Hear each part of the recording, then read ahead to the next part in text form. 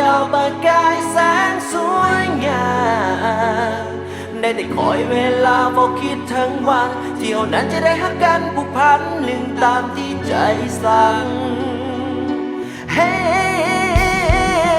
อายยังหักยังคอยเพียงแต่น้องผู้เดียวบอกเคยมีหัวใจให้ยิ่งอื่นได้มาขอเกี่ยวหักแต่น้องผู้เดียวหักแต่เจ้าผู้เดียวอยากควงแขนเกี่ยวเจ้าเข้าพักวันอยากได้เจ้านั้นไปเป็นลูกไผ่อีแม่ใจอายหักน้องแท้ใจอายหักน้องแท้ว่าจังไงละอีแม่คำแพงของอา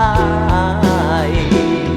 ถ้าน้องตกลงอายสิพาพ่อแม่สิพาลูกตาเฒ่าแก่ไปมันไปขอไปจัดงานแต่งให้จนคนลือซาว่าผู้บ่าวสาวนะก็พาน้องรวยได้ถ้าได้เป็นเมียสัญญาให้จะหักมันสิบ่ให้เจ้านั้นเจ็บซ้ำมองใจตกลงเป็นบ่ตกลงหักบ่อายสิได้พาพ่อพาแม่ไปยามเด้ออีหลา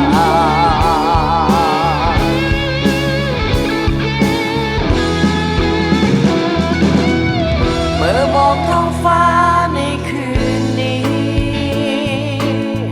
คิดถึงคนดีที่อยู่แสนไกล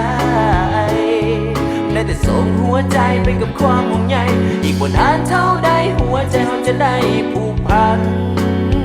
กันตลอดไปเฮ้ถ้าน้องตกลงอายสิพาพ่อแม่สิพาลุงตาเฒ่าแก่ไปมันไปขอไปจัดงานแต่งให้จนคนลือซาว่าผู้บ่าวสาวน่าก็พาน้องรวยได้ถ้าได้เป็นเมียสัญญาจะหักมันสิบ่ให้เจ้านั้นเจ็บซ้ำมองใจตกลงเป็นบ่ตกลงหักบ่อายสิได้พาพ่อพาแม่ไปยามเด้ออีหลา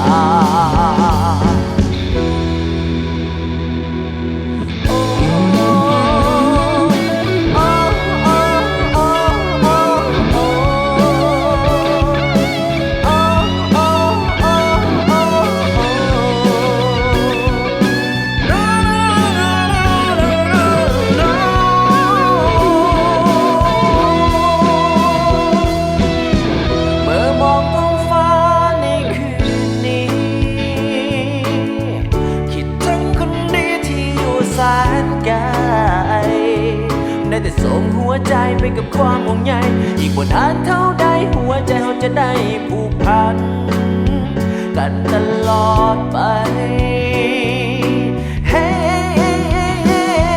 ถ้าน้องตกลงอายสิพาพ่อแม่สิพาลุงตาเฒ่าแก่ไปมันไปขอไปจัดงานแต่งให้จนคนลือซาว่าผู้บ่าวสาวน่าก็พาน้องรวยได้ถ้าได้เป็นเมียสัญญาจะหักมันสิบ่ให้เจ้านั้นเจ็บซ้ำมองใจตกลงเป็นบ่